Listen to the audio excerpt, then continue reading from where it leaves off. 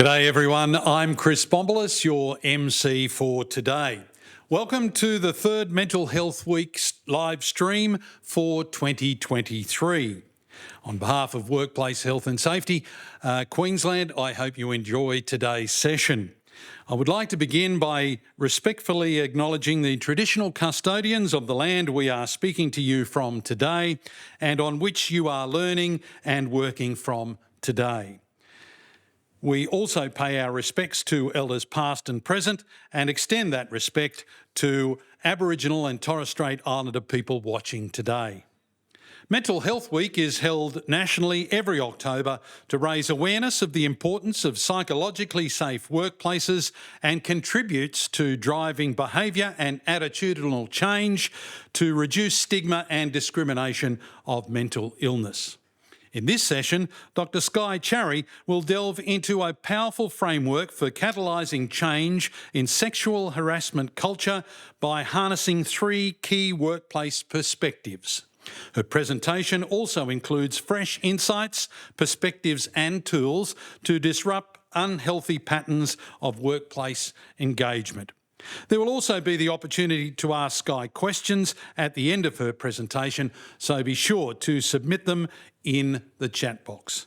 A little bit more housekeeping. If you do have any technical problems during the live stream, please make sure the sound on your computer is turned on, refresh your browser, and if that doesn't work, contact us via the live Q&A chat box.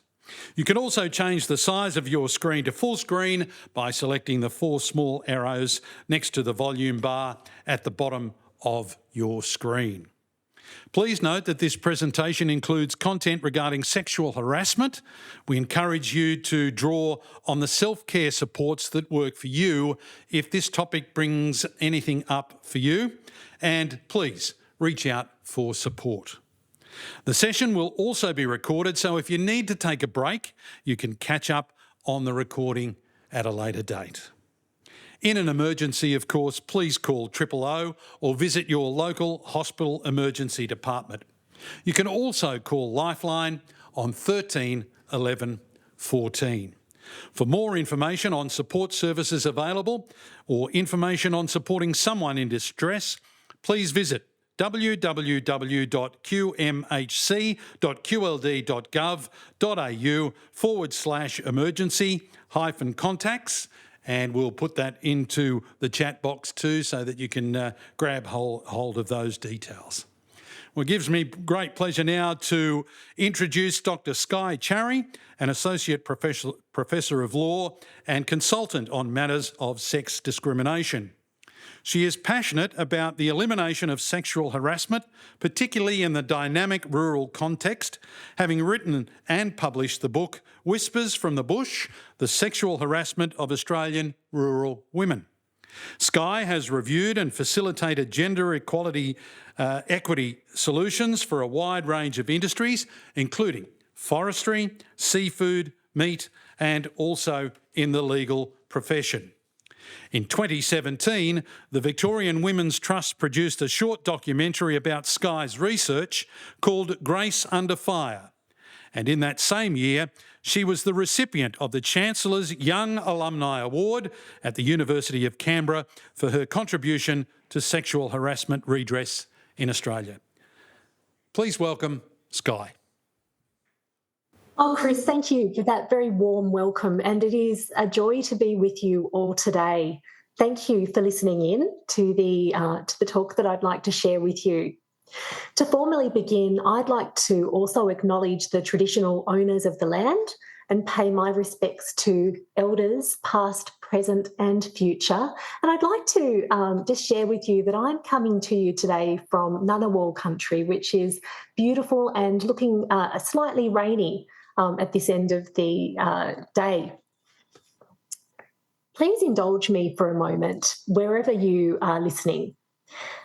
I'd like you to take a moment and perhaps even close your eyes and think of a loved one that you know who is new to the workforce. It might be that you're thinking of a son or a daughter or a niece or a nephew, or you might be thinking of a grandchild or a neighbour, someone who is special to you and with whom you have a special connection. And I'd like you to consider for a moment what your hopes are in the context of that precious person's experience. I'd like you to think about how you'd like them to come home feeling and what's critically important to them coming home with that special feeling of safety and security and perhaps being, deserving of a standard of respect and care. So I'd invite you now that you've paused and reflected on that special person to open your eyes and to just think about the fact that psychological safety, it can sound like such an esoteric term in many ways, but it does affect each and every one of us in the workplace. Now, going back in time, Albert Einstein, many years ago, suggested that in considering the rules of engagement in the workplace, there are three basic overarching principles that we should turn our attention to. He said, out of clutter, we must find simplicity. From discord, we must find harmony. And in the middle of difficulty lies real opportunity. Now, the research does show that we have a lot of work to do to transform the discord into harmony in the context of sexual harassment culture. Particularly, I've looked at Australian rural culture in that context. But we also know, as a result of the work that we've done so far, that this is perfectly possible if we roll up our sleeves together and if we're prepared to play our role together. So what I'd like to do today is propose to you three simple approaches to, crash tackling together this notion of sexual harassment in the workplace for the benefit of workers and businesses alike. Now, before we address sexual harassment and its solutions, what I'd like to do is name what I think is an elephant in our virtual room, so to speak. Many of us are perhaps feeling a sense of being a bit exhausted, a little bit overwhelmed perhaps, particularly in the aftermath of Me Too, hashtag Me Too and its movement.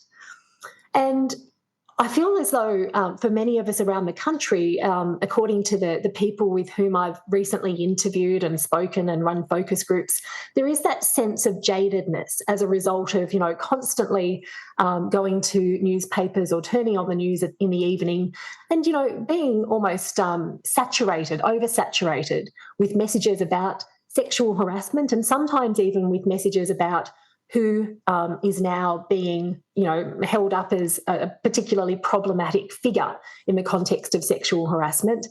And, these stories do take a toll. They do take a toll. And there is that sense of, wow, we've talked about this ad nauseum for some time. How are we going to find it within ourselves to pull some extra energy for an important conversation today of this sort? Now, what I have noticed is that whilst on the one hand, the hashtag #MeToo movement encouraged people to speak out in a very important way, for others, what it tended to do was to create a barrier, to create a blocker to that openness and sense of willingness to become vulnerable to this conversation. Why is that so?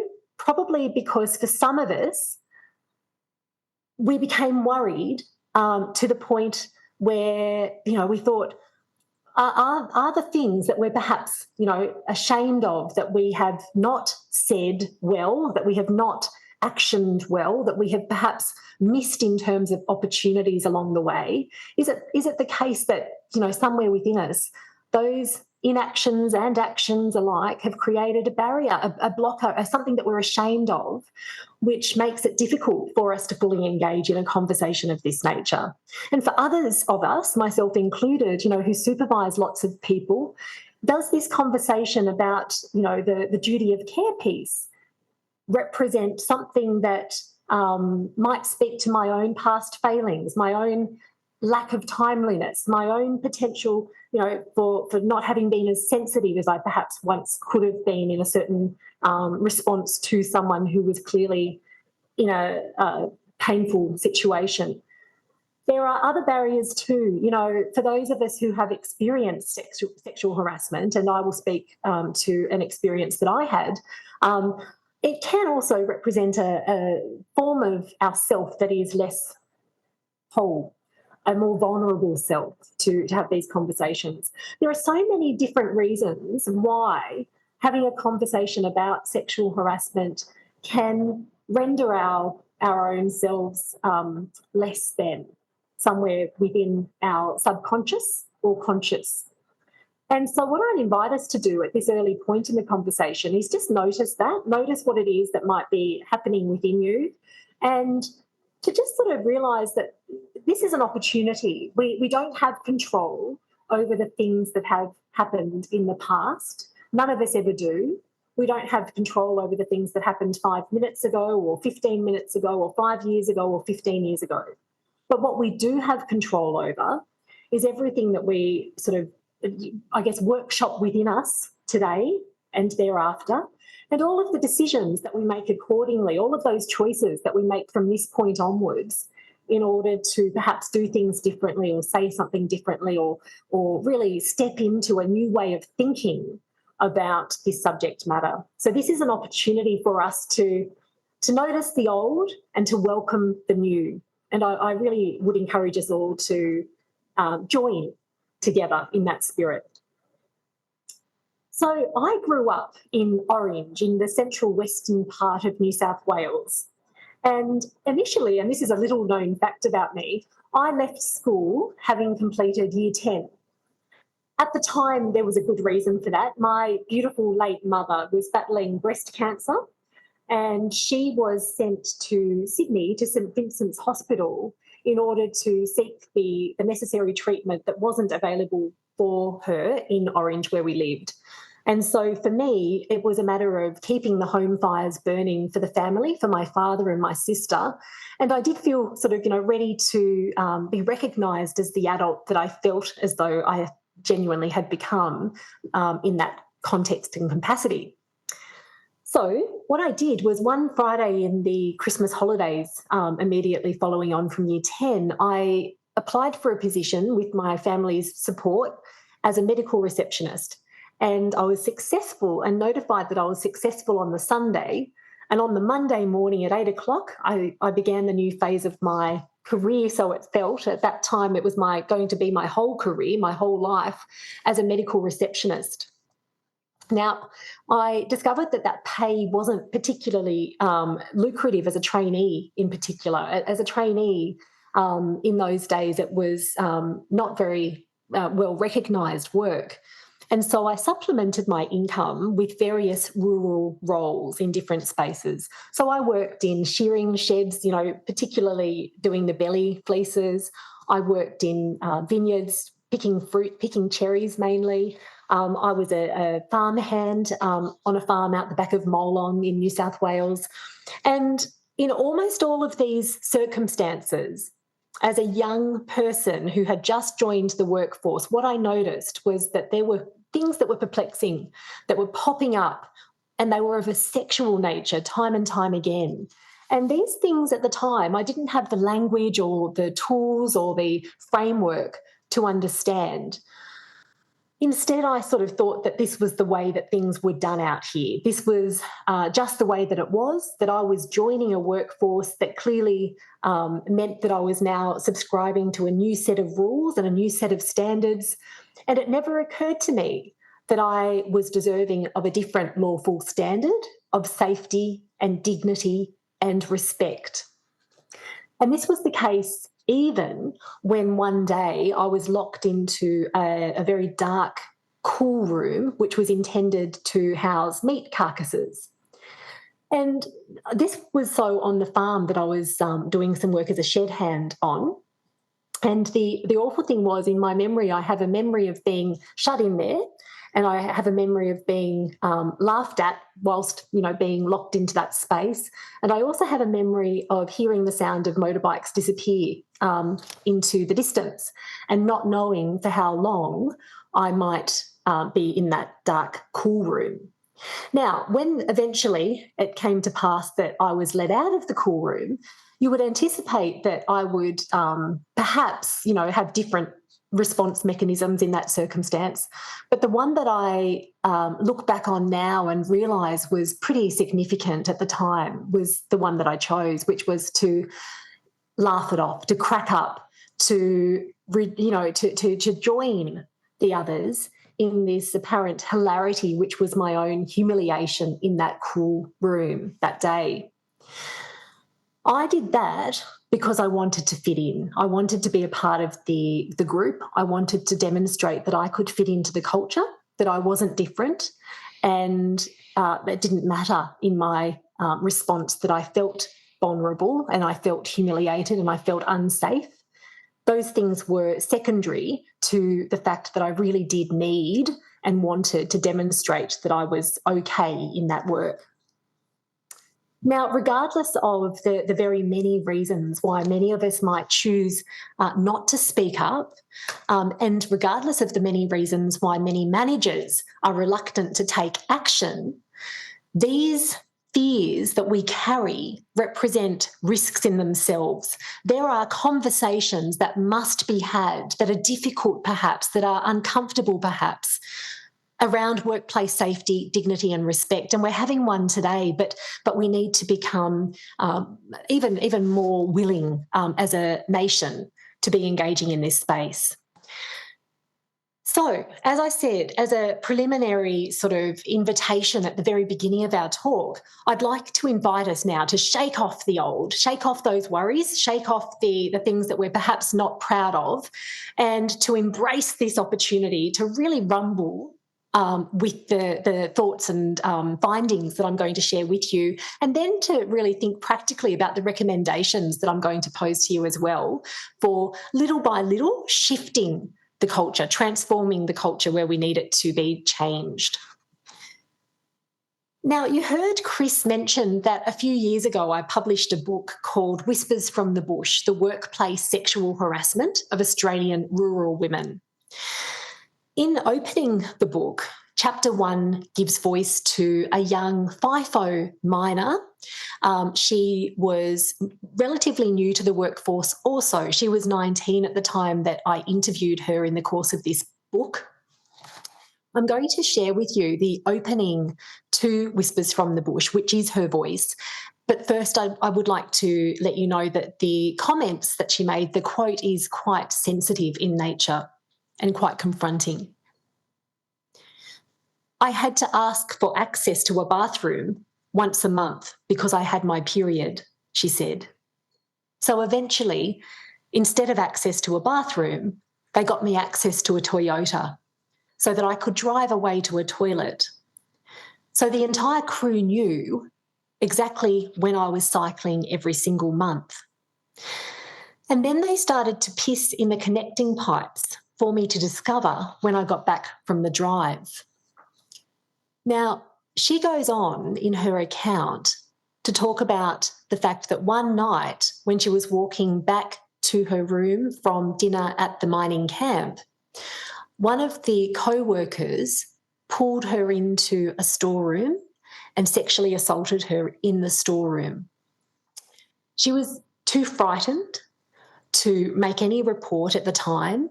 She was too frightened to talk to the police about what had occurred. She was too frightened at that point in time to do anything, and she spoke about that freeze impact that is quite a commonly experienced response to trauma. Now, she is not the only one. In writing Whispers from the Bush, I listened to 107 accounts like this one. I travelled to rural and remote pockets across different states and territories, all of the states and territories, in fact, and went to places like Kalgoorlie and Kangaroo Island, Roma, Coolah, Dubbo, you name it. 3 out of 4 of the women who I interviewed as part of that cohort had encountered sexual harassment in the course of their employment. So that was 3 in 4 participants in that study. Now, when I talk about sexual harassment, of course, I mean what the law refers to. I don't mean the behaviour that is welcome. I mean the behaviour that is unwelcome and unwanted. It's the unwelcome, unwanted, sexualised behaviour that's designed to intimidate, humiliate, or offend. We're talking about the behaviour that renders a person less able, less deserving of well-being and safety. We're not talking ever about delicious office flirtations or workplace flirtations in the field. We're not talking about mutually consensual interactions that are joyful and that bring us that sense of positivity and light and joy as a human being and a new sense of value and dignity. We're not talking about the positive ever. We're talking about the opposite. The sort of power that underpins sexual harassment is the power that renders another person less valuable, less able, less significant, less deserving of the standards that the next person is deserving of.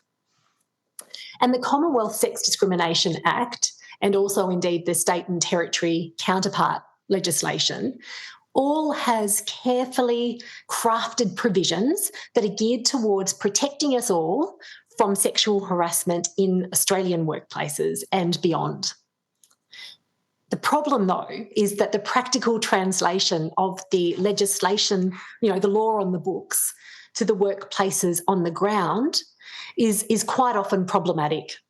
Somewhere along the way, somewhere between Parliament House and the cattle yards or the shearing sheds or the office space or the hairdressers, wherever it might be, somewhere the words and intent of the law are lost in translation. So this is akin to having a really critical workplace policy all geared up to protect people from sexual harassment or bullying or whatever it might be, and having it beautifully, perfectly worded and then popping it into the bottom drawer in someone's office and, forgetting that it exists. That's ultimately what that might be analogous to. What this means is that behaviour on the ground goes largely unchallenged, and this puts workers' safety and even sometimes workers' lives at risk. Now, sexual harassment is a really complex beast, particularly in rural and regional areas. As I said before, there are all sorts of uniquenesses that we need to consider in overlaying the problem.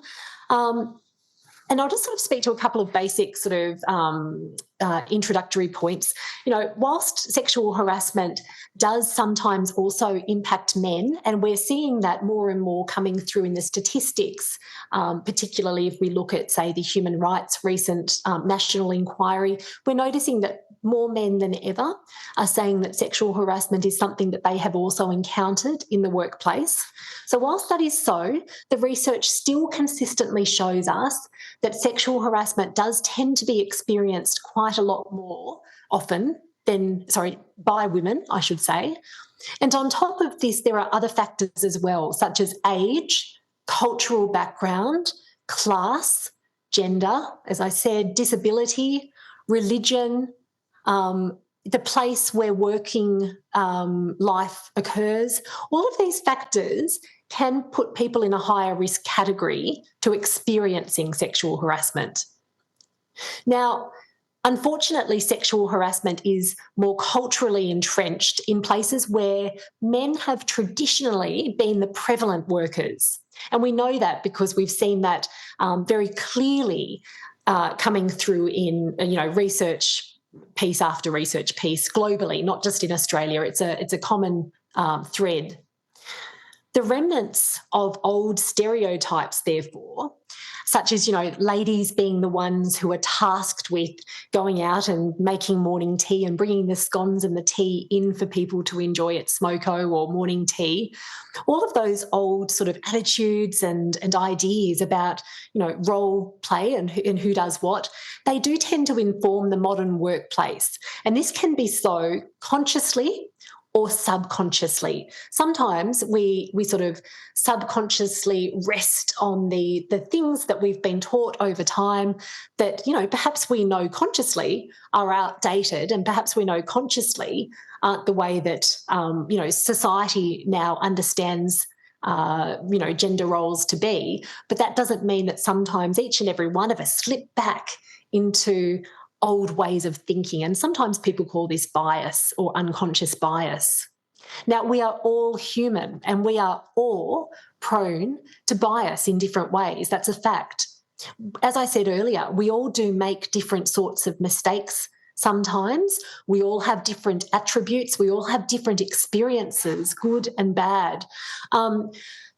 Workplace culture is informed by all of these things, but ultimately informed by more than individual missteps and individual mistakes. Workplace culture also depends on the way that we are prepared as people to hold up to the light and to challenge the old ways of assuming things and thinking about things and doing things and conforming with different, ways of being. And to really challenge the attitudes and, even preferences for different types of leadership, for example, different forms of preferred leadership over others. Unconscious bias is a really interesting thing. It creeps into my life all the time, and I'm actively aware of it and increasingly aware of it too. I heard myself not very long ago, for example, calling out to my husband after some rain and asking him if he would mind attending to the lawn mowing because we had a break in the clouds and it was looking really bad. And he said, "Honey, I'm going into town, so I can't do it." And I said, that's fine. So I called out to our son, 14-year-old son, 15-year-old son now, and asked him if he would like to do the job. And he then called out that he was going off to play footy that afternoon, which I'd overlooked, and that was okay too. And later on, the lawn wasn't done. But on reflection on the lounge later, I thought to myself, what's amazing is that I never thought for a moment to call out to our 18-year-old daughter, nor did I ever think to do the job myself, which is a terrible realisation.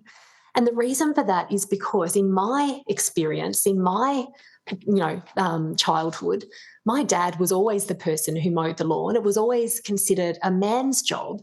And I never have repackaged, that chore into a different sort of way of thinking over the many years since. Equally, I have to say that I realised this again during recent times, not very long ago, probably 6 months ago. We had children with COVID and both of them were upstairs and bedridden. And I said to my husband, without even thinking about it, you stay away and I'll do the nursing. And afterwards, I thought to myself, that was interesting because of the two of us, I probably had the most lined up work commitments coming, on the other side of their recovery. And just, at that particular time. And it wasn't in my imagination or in my planning consciously to think about what would be best for us, collectively as a team. Instead, I just sort of whipped into that nursing role because I thought that as the mother, that was the natural thing to do. So, you notice it. And I'm sure that many of you listening right now would have equivalent observations to reflect on within your own lives and selves, and they will pop up again tomorrow, no doubt. But it's really, really natural and good for us at this stage to be noticing what it is that is informing the way that we operate in our cultural spaces. I see that so many things do contribute to a culture which normalises sexual harassment, and particularly at the lower level. And now at that lower level, I'm not talking about lower level in terms of seriousness, because all sexual harassment, as I'm going to go on and explain, is serious in its own way. But I'm just sort of talking about if we imagine a spectrum which sort of begins with, unwelcome staring and leering, unwanted joke telling of a sexual nature. Perhaps next on the spectrum, there might be some pornographic material displayed in an unwelcome and inappropriate way in the workplace, unwanted sexual touching, and at the most extreme end, the sort of assault that we spoke about earlier. If you imagine that the little chips, the little microaggressions, the little moments that are designed perhaps not even to directly impact and embarrass another person in the workplace, perhaps not designed to do anything other than demonstrate a sort of outdated form of larrikinism that relies on sort of a performance that is at a female's expense, or at not necessarily at a female's expense always, but this is the example that I'm going to choose for now. If we think about the things that contribute to a culture, those little micro moments really do matter. And we really do need to be turning our attention in the course of this conversation to that stuff just as much as we do stuff at the most extreme end. To make better sense of this complex problem, let's look at the issue through, I guess, a sort of compound microscope by way of analogy. And let's look at it using three key lenses. The first lens is this: sexual harassment can become so normalised as part of a culture that its impact, even at this lower level, even at the less serious end of the scale, can be underestimated by those who choose to engage in it. This is often a generational issue. And so what that means is that younger men may tend to model their behaviour on those old, outdated stereotypes of the past that we spoke about. And this can be exacerbated also through cultural representations and expectations of what, a top Aussie male should look like. They should, in common sort of popular art and song and poetry and representation on TikTok and movies, they are often tough and blokey. They often exhibit larrikin sort of Crocodile Dundee type traits. Think about on a Friday night when the football's on, and we tend to see, the beer ads that have all of the guys together on that quest for a hard-earned thirst, which is a really, beautiful and important part of our, culture on the one hand, but never ever do we notice in those ads that there is a representation of female colleagues coming along on that quest after work, side by side with those with whom they work. It's very much a gendered, this is the domain of men to kick back and to enjoy the fruits of our labour today. And women presumably are out doing something different, perhaps picking up people after school sport or preparing meals or whatever it might be. But it's a really interesting thing to start to tap into what it is that we represent culturally, and how that might inform our subconscious choices when we see things happening or not happening in our workplaces. Australian men have been celebrated, as I said, as sort of, that rugged stockman, the businessman, the bread earner, and so on and so on. It's so important that we do continue, and I really want to be careful to really celebrate this. It's really important that we celebrate the essence of the positive in all of that. Masculinity in its most glorious form is such a critical and precious ingredient in our cultural story as Australian people. We don't want to discard the beautiful and the precious in attending to the parts of the puzzle that really do need that attention. But we do need to balance the narrative with the authentic picture of life as we want to shape it. So that means men in all of their diversity, for example. Now, meanwhile, women have long been typified as having no place in the workforce. They have a place in the home over, even in the 50s, in the 60s, in the 70s, starting to change in the 80s and so on. So up until those recent decades, the outdoors, were not even, depicted as a popular space for women to be in magazines, in the Australian Women's Weekly, for example. Those magazines were typically filled with images of, women as whipping up a fluffy sponge cake, or here are some ideas about what we can do with children in the school holidays, or here's the, special advertisement to give you 20% off the latest Estee Lauder lipsticks. Again, all of these representations are, on the one hand, they have precious elements, but they can also be a double-edged sword where they're not balanced according to the accurate picture of the way that women have emerged over recent generations gone by. And it's a danger that we should rest on the old, outdated stereotypes a little bit lazily in our thinking, without actually consciously challenging the way that we deep in our souls know equity to be. We know every day incredible women, incredible females perform brilliantly to new societal standards. I don't know if you remember a couple of years back when then AFL hero Taylor Harris performed that extraordinary kick that was captured in a photograph and circulated widely because it was so powerful a moment. She was, performing at such an elite level by any gendered standard.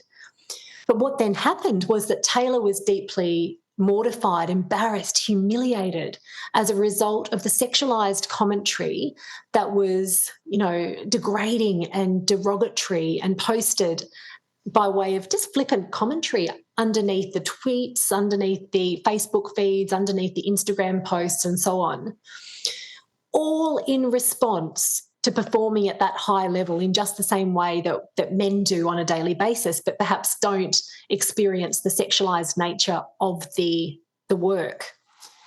So there are parallels in our workplaces to that. Sexual harassment can be used as a tool sometimes, and this is fact, can be used as a tool to put high-performing females in their own professional environment in their place, to bring them down a peg or two, to remind them that they are coming in as an outsider into perhaps what was once the domain of primarily men. Sometimes there was a language that was used when women described this to me. They would say, Skye, at the end of the day, we just learnt that you have to fit in or F off if you want to succeed in this space. So that's the first lens, that it can be underestimated. Now, the second lens for us to see the sexual harassment problem or conundrum sort of through, so let's look at it through a fresh lens now, is that people can become so used to sexual harassment that it can go underreported for situational reasons. So the first lens was that it can be underestimated. The second lens is that it can be underreported for situational reasons. So only a third of Australians in various studies on average say that they would feel confident making a report about sexual harassment that did make them feel humiliated, offended, or intimidated in their workplace. So, like a frog in a boiling pot, what does tend to happen instead is that people can develop a tolerance for sexual harassment. They survive by default. And little by little, just like the frog in the boiling pot, the temperature rises in terms of the significance and the severity of the behaviour around them. But because everyone has sort of, subscribed to norms that effectively do allow sexual harassment to pepper the working environment, no one knows at what point they ought to say something. And so people are left scratching their heads and wondering if they are the problem. If the problem is that I just don't fit in here, that I don't belong here, that perhaps I need to develop a tougher skin, that this is me. One senior manager said to me this, and she was a female. She said, Oh, Skye, I know it's inappropriate to say this perhaps, but if I spoke up every single time, they would not take me seriously. It would be like crying wolf all the time. In a way, I reserve that process now so as not to waste my ammunition. So you can hear just there that this person is applying an analogy, and it's the analogy of the battlefield. I don't want to waste my ammunition by calling out the things that take a toll on me, the bullets that actually do impact me, that make me feel unsafe, that make me feel disrespected, that make my dignity feel as though it's somehow, at risk. It's better for me not to talk about each and every time that happens, lest I be deemed to be the problem, lest I be deemed to be, disbelieved, or lest I be deemed to be the troublemaker, making a storm, about nothing, a storm in a teacup, a mountain out of a molehill, all of those things. So the third lens, so we've got underestimated, underreported. Now here's the third lens that we can think about this issue through, is that sexual harassment can become so normalised in workplace cultures that it frequently goes unchallenged by those people who are in charge and who have a duty of care. So, for example, more than 4 out of the 5 of senior managers and employers with whom I spoke, so 80% when I looked at a cohort of people who do have a duty of care, prioritised sexual harassment as a very low-level issue to deal with in their daily working life. And they said, look, Skye, these things happen. I know that they happen. I've heard the stories. I've seen things happen. But I have, honestly, a list as long as my right arm of things that we need to achieve between this time and this time each day when the sun goes down. Dealing with people's hurt feelings, inverted commas, is not one of those high priority things. We'll get to it when we can. I accept that it's important, but it's not a particularly high priority for this workplace. So let's reflect on that for a moment.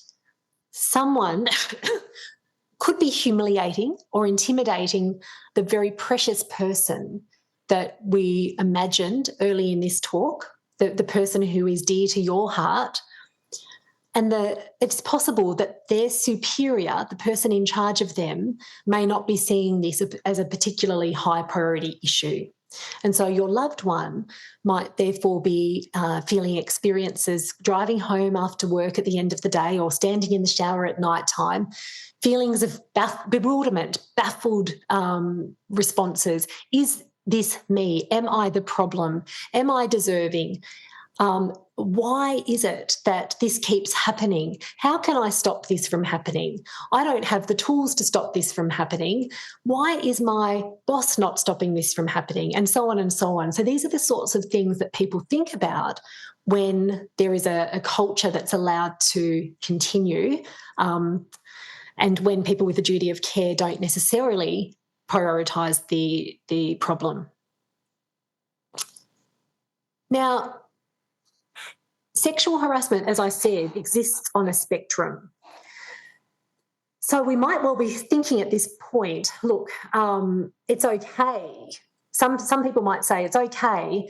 The stuff that happens in my workplace tends to be fairly benign, tends to be fairly low level. We don't have any of that unwelcome touching that Skye spoke about before. I certainly know that people aren't feeling as though they're threatened in a serious criminal way in our workplace. We might have the odd bit of banter that gets out of control, but we'll deal with that if it becomes a big problem down the track. Now, for this reason, this is why researchers came up with something called the sexual violence pyramid, which some of you may have heard about before. But basically, at the bottom of the pyramid live those misogynistic sort of thoughts, attitudes, and feelings. The stuff that becomes stuck in the way that we imagine the world to be, because it tends to be taught to us over time, and we don't really challenge the things that we don't think of to challenge. So it's the stuck stuff, the misogynistic sort of attitudes and, women will deal with the tea making and so on. If these exist in the workplace, the sexual violence pyramid shows us that it acts as a bolster for the next layer, which gives rise to racist, sexist, or homophobic jokes or insults. Okay, so little by little, we see that foundation can create, a sort of safe landing place for some unwelcome jokes of a sexual nature in the course of banter, let's say. In turn, this can allow people the freedom to feel like, a little bit of a grope or a little bit of a pinch or a little bit of a grab or a little bit of a physicality exchange of some sort isn't necessarily too serious, because we normalise this other stuff. We've got sort of some tolerance for, unwelcome sexualised banter, talking about, sex on the weekend, whatever it might be. So little by little, we're turning up the permission, I suppose, on the actions. The actions start to set in. And then sitting at the apex of this terrible sexual violence pyramid and supported by all of the below, we start to see people giving themselves permission to really go in with all of the gore that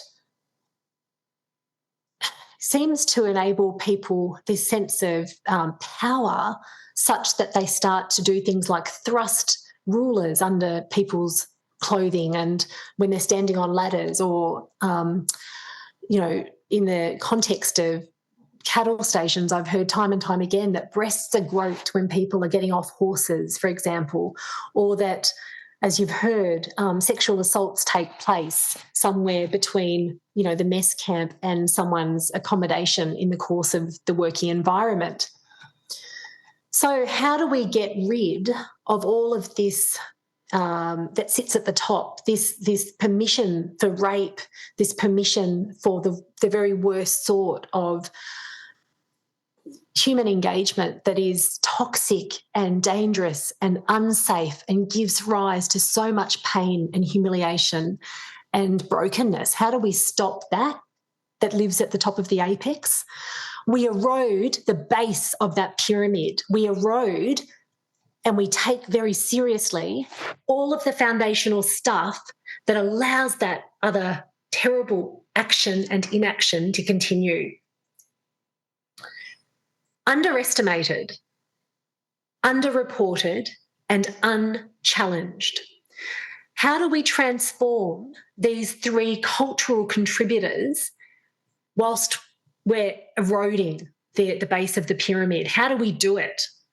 Well, it's about appealing to the intrinsic part that all of us have, like a little fire burning within, that actively wants our experience of the workplace and the experience of our day-to-day, engagement with our colleagues and our co-workers, our workmates, to constructively align with our values. Ultimately, we want to go to work feeling as though we are safe. We want to go to work feeling as though our dignity and our joy can shine through. We want to go to work feeling these things because this is our one precious life. There is no room for not taking steps to eradicate and unleash the fury on that pyramid that I was speaking about before, because it impacts the value, it impacts the what it is to go to work and for that to actually be an important and powerful thread of our own existence, of our own life, on this planet. We want it and we need it to be a fulfilling, mentally uplifting and physically safe experience. So my framework operates on these principles of empathy by highlighting the power of human perspective in influencing the cultural tone. So let's first look at the underestimation of the impact of sexual harassment. Now, as we said, this, can be regarded as just the way that things are done out here or just a little bit of harmless banter. But when we justify sexual harassment in this way, we are underestimating the human impact We are underestimating the safety impact and the impact on psychological well-being. We are underestimating also the impact on business, sustainability, profitability, productivity, on absenteeism, on all of these things.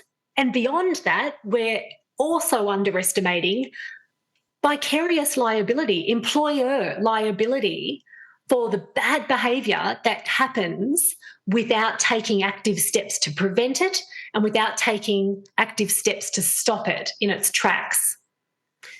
There is no doubt that the solution must be forward-looking here, and it must be targeted at the level of the head and the heart in every single workplace environment around the country.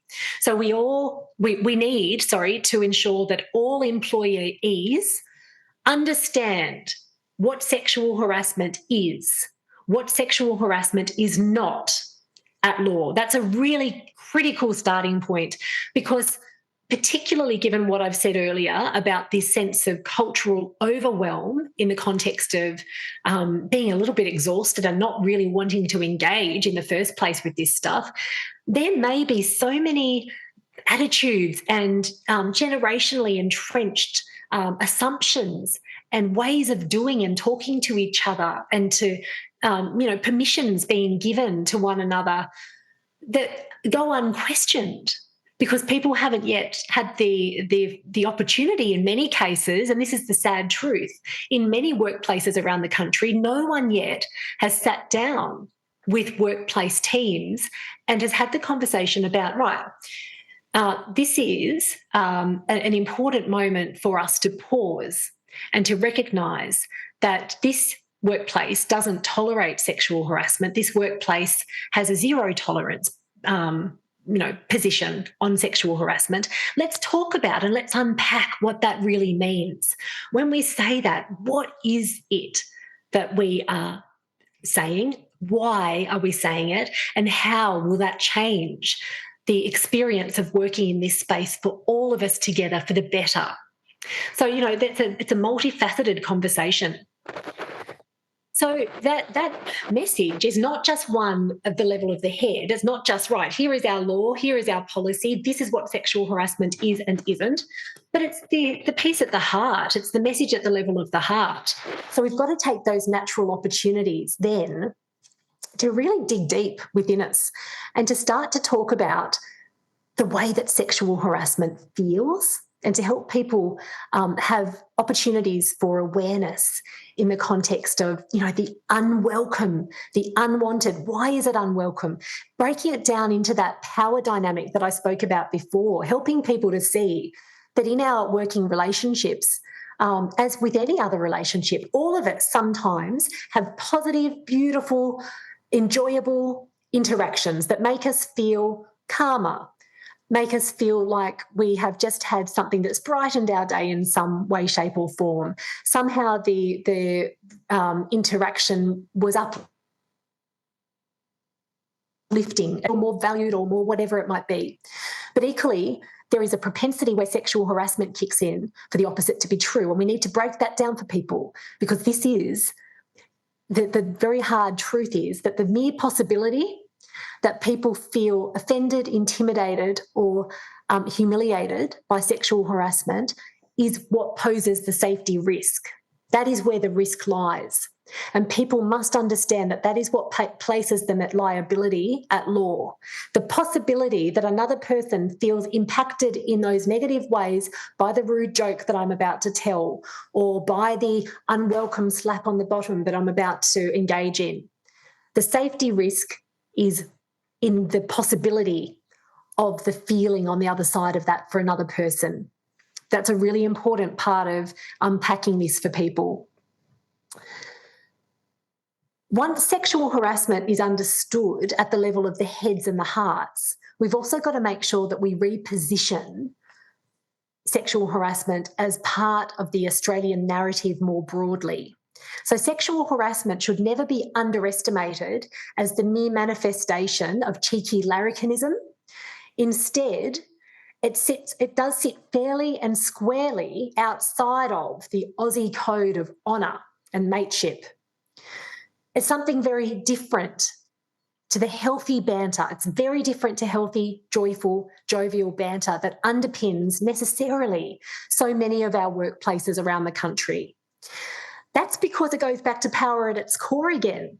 Where healthy banter is happening, people enjoy it. People are alive. People are all feeling together like it is enriching the team spirit.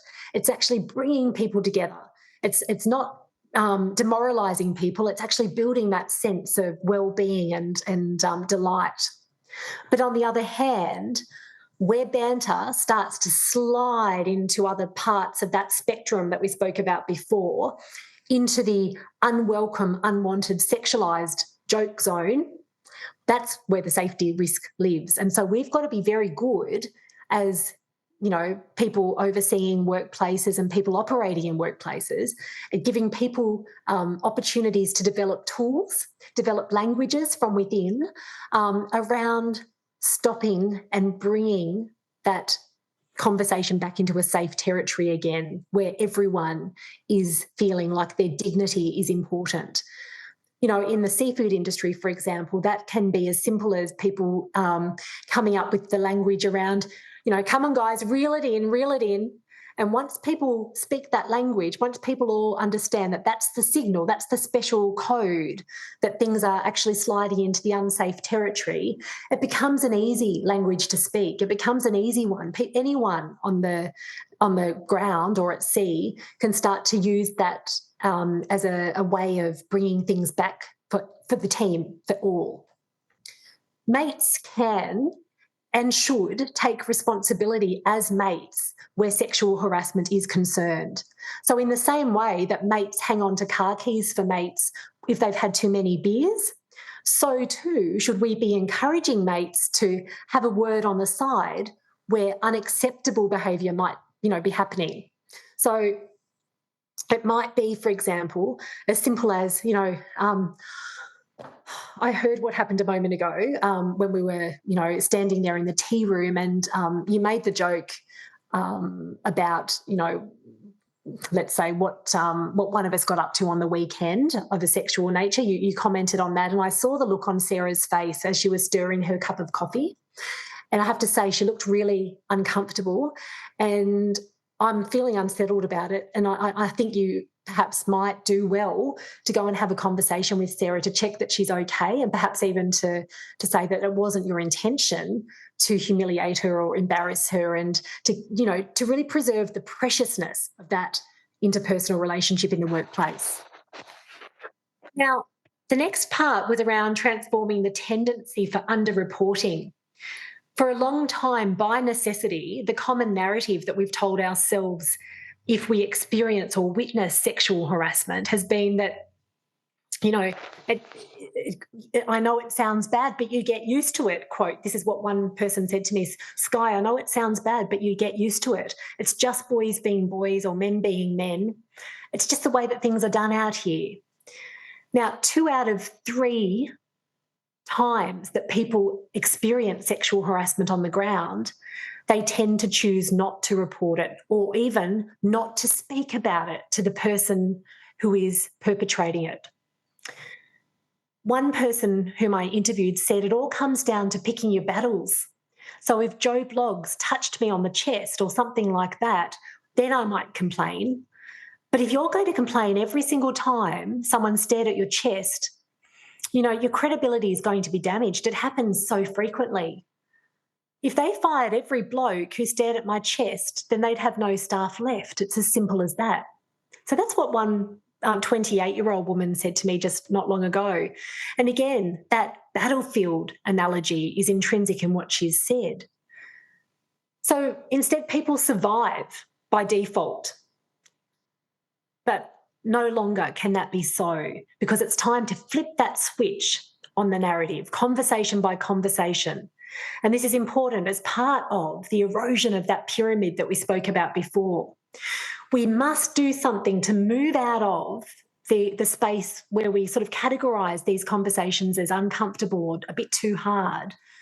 We must do something to equip our people with the right skills to be able to say, it doesn't have to be confronting, to be able to say, Tony, do you have a moment? And Tony says yes. And perhaps you can say, look, Tony, I know that perhaps it wasn't your intention to embarrass me a moment ago when you made the remark about my backside. But I wanted to share with you that I do feel embarrassed, and I don't want to sit with this quietly because I value our relationship at work and I want it to continue in the positive spirit that we've always known it. So can we have a chat about that now, or would you like to talk about it later perhaps, Tony? We could meet for a coffee at 3:00 perhaps, if that suits you better. And just to take that informal opportunity, not to formalise at first instance at least, what's happened, but to allow the other person the opportunity to do something that's golden, and that is to apologise in a meaningful way and to take responsibility and to also take the opportunity to learn, to really tap into their own ethical fabric. And so what we need to be doing is setting up these systems in our workplaces such that these things are not unusual. These things aren't the exception to the norm. These things aren't the things that we read about as being good news stories because they become so common. We need this to become part of our common way of doing and seeing and categorising sexual harassment. Very, very briefly, I'm aware of time, and I'll speak about that final perspective which comes into play.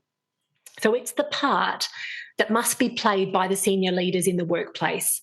Managers, directors, supervisors. This is the part that is about shifting from the unchallenged to active leadership on sexual harassment culture. There must be a serious focus on embracing the duty. And as of the 13th of December this year, it becomes a positive duty, which is a whole other talk in itself, which I could really happily share with you.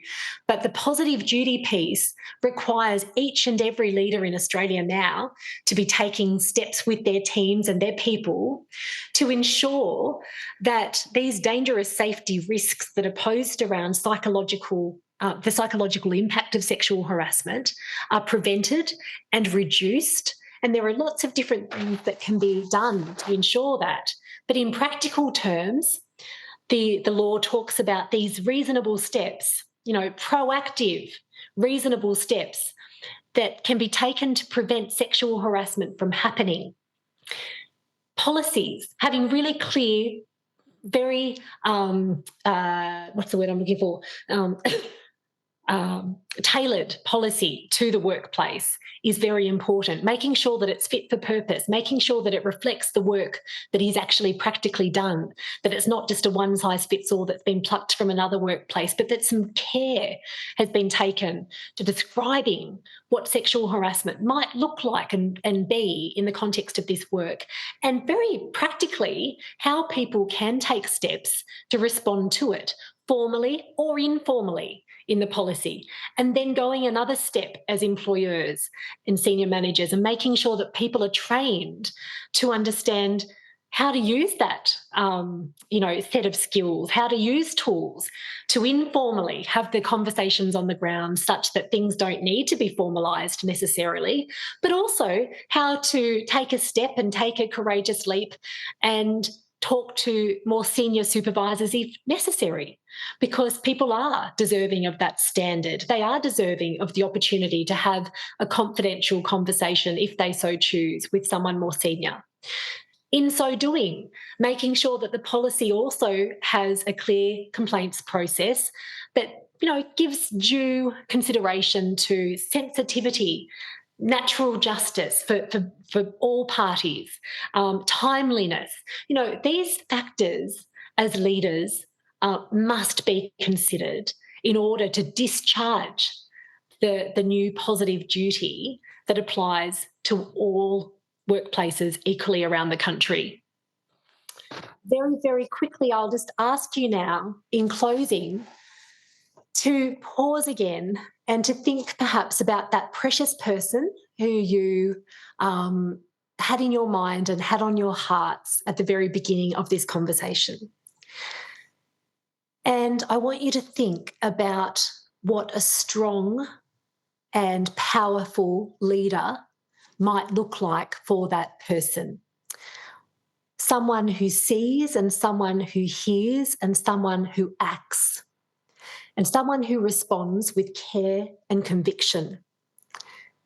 And I wonder how many of us, in opening our eyes and perhaps, thinking about who it was, that we had in our mind as a representation of leadership, I wonder how many of us, subconsciously or consciously, thought of our own selves in thinking about that person and the steps that that person can take to actively ensure that respect and dignity and the safety of not only our precious person, but in fact all of us together, is looked after in our workplaces moving forward, starting from this point onwards, and without being, I guess, unnecessarily burdened by the very human mistakes of the past, but instead transforming old, outdated approaches into something that is more empowering for all of us.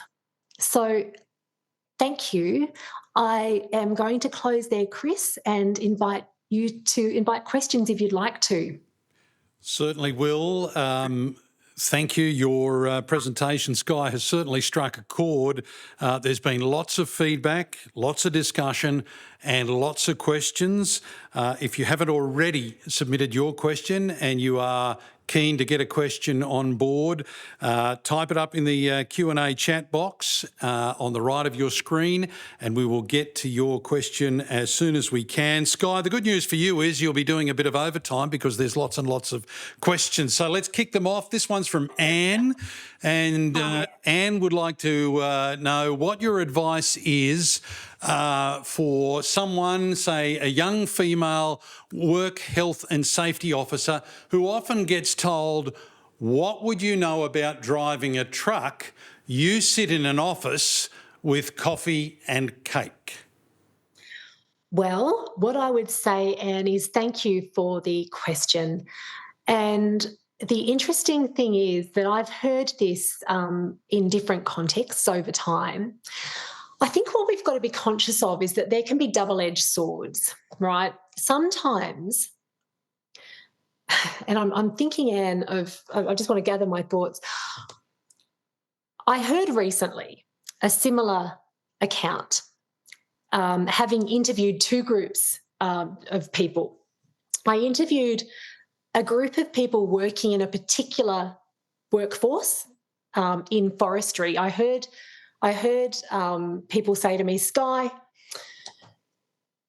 this is a really community-oriented workplace. This is a place where over the years we have developed important relationships and we have different ways of doing work that we all subscribe to, and we do that for a reason. We know that these systems work. We know that these systems are, the way that the best way forward. Tradition's important in all of that, and Skye, it means sometimes that others might have ways of doing things that are new and unique, but we prefer to keep things as they are.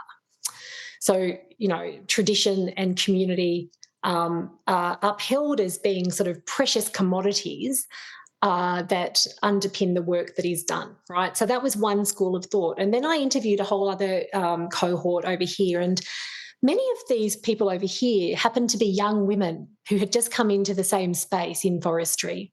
And they said to me, Skye, it is so frustrating because we know that the workforce that we've joined is one that's underpinned by a lot of tradition and way of doing things and a lot of systems and preferences.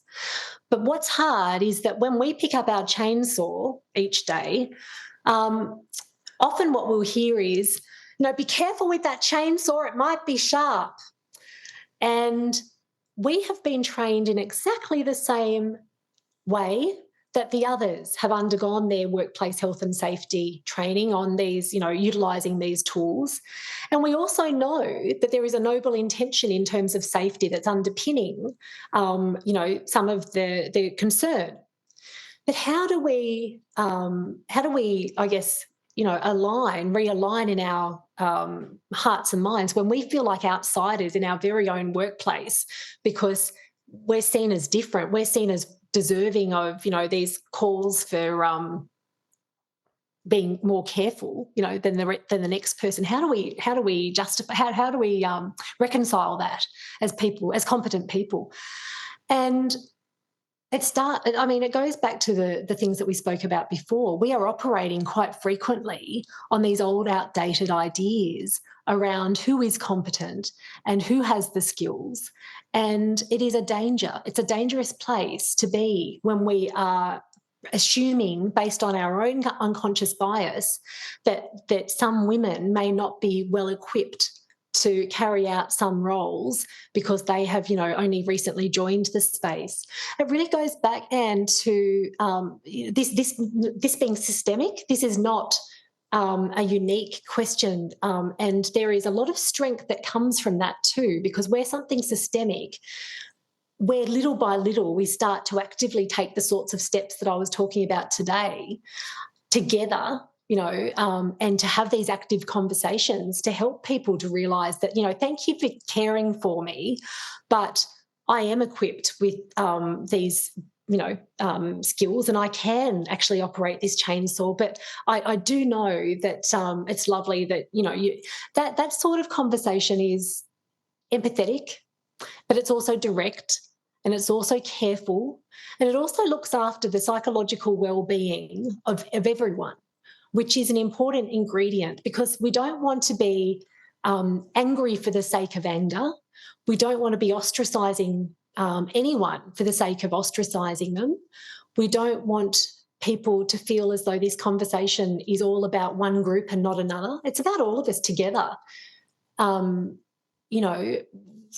resetting the way that we think about these things. So thank you, Anne. I think it's not just a one-off. This is all of us together. Thank you for that. Feedback from Alicia, Josie and Anne in the chat. They raised that sexual harassment is such a big issue in certain sectors, particularly like mining and transportation, industries where women are the minority and join the boys' clubs, so to speak. What advice do you have for women or even men in some industries where they are the minority gender and perhaps even more subject to harassment, or just accept that this is part of the job? It boils back to what I said before. This is about hearts and minds, right? The issue itself starts with that underestimation piece, I think. People are underestimating the impact, and they're also underestimating the liability that they are posing for their workplaces. They're underestimating lots of things. They're underestimating the fact that every time someone operates outside of the Sex Discrimination Act and what it's prescribed, they're actually placing their workplace at risk of 6-7-figure sums in terms of liability. That's the first thing. So there's a real stick element here, just as there is that altruistic component. We've got to get people speaking the language of the mind. This means helping people to really rumble, as I said before, with the legislation and why it is crafted in this way, what that safety risk is. It's the mere possibility that someone would feel like they don't belong in what, is a boys' club, and that they feel as though that the behaviour around them is rendering them, a less important person in that space. Where that happens, people are falling short of the standard that the law prescribes. So the hard part is helping people to understand how that is and why that is, and then changing behaviour accordingly. Why? Because people do care. Tapping into that part of people, male or female, that cares for the next person and that wants our values to constructively align, with what's good for the entire workforce. No one wants necessarily to go in and out of work knowing that they are operating in an unlawful way. So that's a clear, even if people don't want to be open to the idea that they're having an impact if they choose to engage that is damaging to other people, hear this then. If you choose to engage in that, you are operating in an unlawful and unsafe way in this workforce, and there is zero tolerance for that. If this doesn't suit you, perhaps this will, and if that doesn't suit you, perhaps it's time to reconsider. I think that's where, in its harshest form, that's what it all boils down to in terms of now reconsidering what was once the domain of, the boys' club, as many of our listeners have rightly sort of, identified it. It's now the domain of people. It's now the domain of all of us. It's now the domain and legally prescribed as something that we're all deserving of in terms of safety standards and respect. So it's just changing heads and hearts, really, and it's as simple and as complicated as that. Thanks, Skye. From Natalie, are you aware of or do you know about any innovative practices that businesses have employed successfully to counter sexual harassment in the workplace? Yeah, I think one of the best tools is something that I've seen working really beautifully lately. Sometimes it's really helpful to listen to people first. So to conduct a review and to understand, almost like a little audit of the landscape, give people the opportunity together, everyone, to opt into a listening group, and listening, by the facilitator, for example, to listen and to understand all of the different unique perspectives that are out there, sometimes underpinned by a misguided noble intention, sometimes underpinned by rotten, old-fashioned, outdated attitudes and norms, sometimes underpinned by experiences that have impacted us in different ways, right? So when you've listened, you're then able to collate and understand, the starting snapshot, the grassroots snapshot of, what the workplace foundation actually looks like and feels like for people out there on the ground.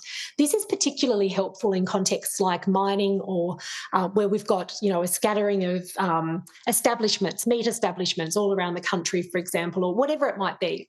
So listening and understanding is the starting point, because then what you can do is gently hold up the mirror for the people and reflect back to them that it was really interesting. Thank you for generously sharing your insights and thoughts and ideas about these important issues with us, because what we've heard is this. And, we've heard that on the one hand, banter is something that's really important and precious and something that we want to preserve and need to preserve. But on the other hand, we've heard that for some people, banter has a tendency to feel like it's an attack in itself when it slides into territory that becomes sexualised, or territory that's personalised, or territory that relies on someone being bullied in order for the crux of the joke to be funny. Where we can start to say, okay, well, great. So we've understood that we all agree that banter can be a precious commodity in the workplace. Let's talk about how we can therefore equip our people with the tools to reel it back, to bring it back, to notice the moment when someone's feeling unsafe or disrespected. That's a really useful thing, because all of a sudden it's come from not, from above, but it's come from grassroots level instead. I think Chris is giving me a signal about something. Sorry, Chris. No, you're all right. I'm just working with our people behind to get more and more questions. So are you right to move to the next one? Yes, and I'll just sort of say, once we've held up that mirror and once we've actually given people an opportunity to create their own solutions to the things that have actually been heard, then, we have this chance to actually do the heart work and the head work, hearts and mind shifting. And people feel like from the very beginning they were a part of that conversation. People feel like from the very beginning this was not something that's sort of being landed on me, but instead it's something that I've contributed to at the outset. And so I think that there's something really important and profoundly moving about that deep listening piece at the beginning, and not judging. We're not there to sort of to listen and to sort of say, oh, well, I don't like to imagine the sorts of things that happen in your head, or this is not what that looks like. This is about giving people the opportunity to feed in and to understand the drivers of disrespect and the drivers of the behaviour. Sometimes the drivers are subconscious, as I said. Sometimes people are operating within a realm that seems normal because it's the way that grandfathers or, great-grandfathers or uncles have sort of shown them over time as being typical and being part of that performance of masculinity, but it doesn't necessarily align with our new social standards and norms and what it is that we're all deserving of. So, there is something about that I think is really powerful. We're just trying to condense as many questions as we can into your session here. And what you've just finished and ended up saying probably rolls into our next question, but I'll just give you a bit of feedback from Sharon. She says, thanks for acknowledging the importance of men and the critical role they play in challenging the balance. Natalie also is curious as to whether you think the younger generation, moving on from what you've just answered, will be better at addressing sexual harassment in the workplace than the dinosaurs of previous eras. You know what? I actually do. And I say that because having just interviewed a whole number of young women and also having observed my daughter, who is 18, she has a part-time job and she had an experience with a customer recently. And her sort of response to that aligned beautifully with what I've heard a number of other young women saying to me recently, which is, it was appalling, and I therefore took it, in Summer's case, she said, I took it straight to Sonia, who she trusts in the workplace, and I workshopped with her how it made me feel. I said to her that, Sonia, I felt like I was out of my depth with that customer. I felt unsafe. I didn't know whether I should walk away or not. I didn't walk away. That felt a bit funny, Summer said to her, boss. And then she said that she and her boss talked about strategies for what to do next time if that should ever happen again. And she had the opportunity to create almost like a safety plan, so to speak. So many times over, I've heard young women also saying to me, Skye, I'd really love to know more about what you were saying there, where you started to talk about some informal mechanisms for having on-the-ground conversations with people. I liked that quote because, it makes me feel like it doesn't have to be me putting myself out there and perhaps making myself feel like I'm being, a troublemaker or whatever, but instead that I can develop the tools to have conversations with people.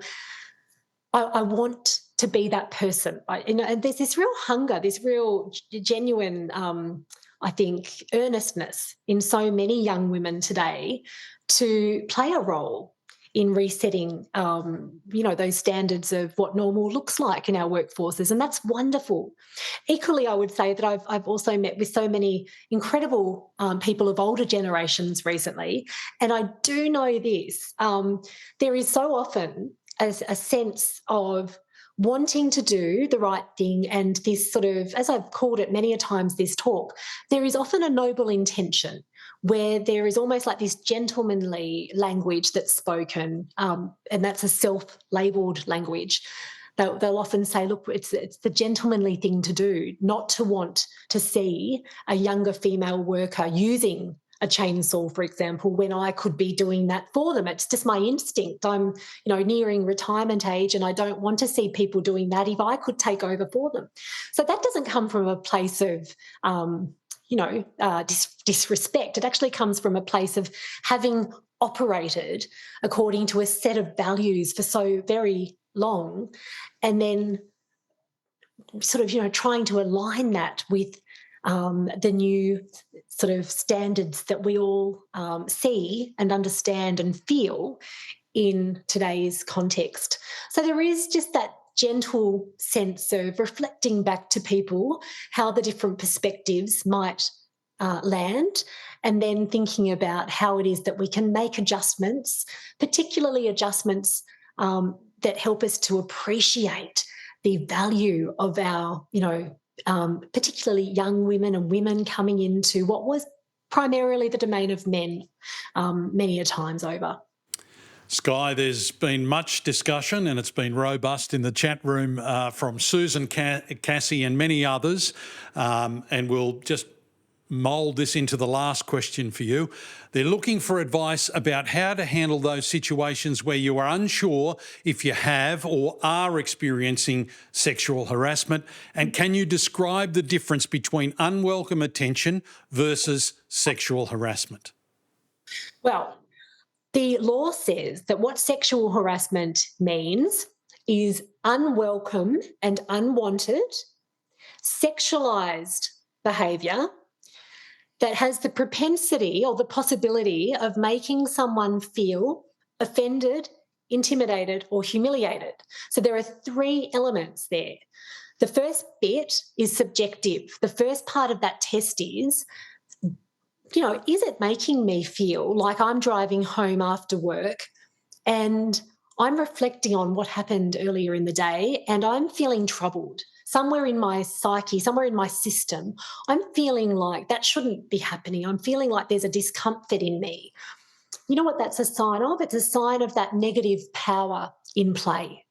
So where there's a negative power and it's making someone feel less valuable or less important or less safe in the workplace, it's going to give them those signs within themselves. That first part of the test lives within each and every one of us. We can tell we can tell someone if something is unwelcome or unwanted for us subjectively. It may not be that it's unwelcome or unwanted for the next person, but in a workplace environment, if it's unwelcome or unwanted for us, we're deserving of not feeling that. So that's the first part of the test. The next part of the test is that it's sexual in nature. We've talked a little bit about that in a different context. I'd go into lots of detail about what judges have said about what is sexualised and what's not sexualised. But really, anything that represents, if it's unwelcome staring or leering, for example, the sexualised part of that would come if there was a lascivious licking of lips, if there was moaning or groaning sounds that accompanied that staring or leering. It's likely based on precedent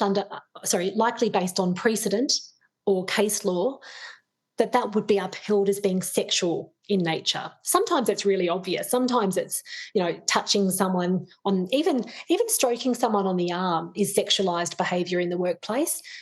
Touching someone on the neck, coming up behind someone and touching their neck has been upheld by judges as satisfying that part of the test. Then the next part of the test is that there must be, for a reasonable person like you or I, the possibility. So the actual wording is that a reasonable person would foresee the possibility that behaviour would intimidate, offend, or humiliate another person. Now, that's a subjective test, the unwelcome, unwanted. That's an objective test. There's a two-part component here at law. So it's easy to unpack, though. It's if the reasonable person, if I looked at a circumstance and said, you know what, that banter that slipped into conversation about, perhaps, Skye would be pretty active on the weekend or whatever it might be. If a reasonable person looked at that and saw me standing there trying to do my job, perhaps fruit picking or whatnot, and a reasonable person saw my face sort of, they would undoubtedly say that there was the possibility there that should have been foreseen that I was going to be embarrassed, offended or intimidated by that. Where there is power at play, it's pretty easy to see the possibility that someone might be intimidated. Where there is unwanted sexual touching, always going to be pretty obvious to see that it's a reasonable person would be intimidated, embarrassed. It's not a hard test to actually apply for each and every one of us, and that's why it's framed as the reasonable person component. So first component is, does it feel like it's impacting you in your heart? That's the first part of the test. Second component is it sexual in nature. Most likely, if it's, or any of the things that we've talked about today, it is. Third component is, would any of my mates standing around looking at this have foreseen the possibility that I would have been offended, intimidated, or humiliated by this? Probably, yes. Thereby, the test for sexual harassment is satisfied, and we're then operating in a space where the law kicks in, and the law then says that that represents something that must be remedied by the workforce, because sexual harassment is not something that any of us are required to put up with in any circumstance in the context of our work on a daily basis. Dr. Skye Charry, thank you very much. Really appreciate your presentation and your advice and the information you've shared with us this afternoon. Thank you so much, Chris, and thank you so much, everyone, for your questions. Yes, as Skye has said, thanks for joining us. We hope you've learned some valuable information to help protect the psychological health of workers in your workplace. As we wrap up the event today, can I ask you to scan the QR code that'll be on your screen to complete our short and anonymous survey about this event. Your feedback is really important to help us evaluate the program and inform planning for future events. Check out the website worksafe.qld.gov.au for other events, including one more live stream session this Mental Health Week. For more information on support services available, please visit the sites up on your screen. These are invaluable resources and can be contacted on the numbers, and of course their websites are up there as well. On behalf of Workplace Health and Safety Queensland, thanks for joining us today for another of our Mental Health Week live streams. As we say farewell, a reminder that it is Safe Work Month, as always in October, and our parting message is work safe, home safe.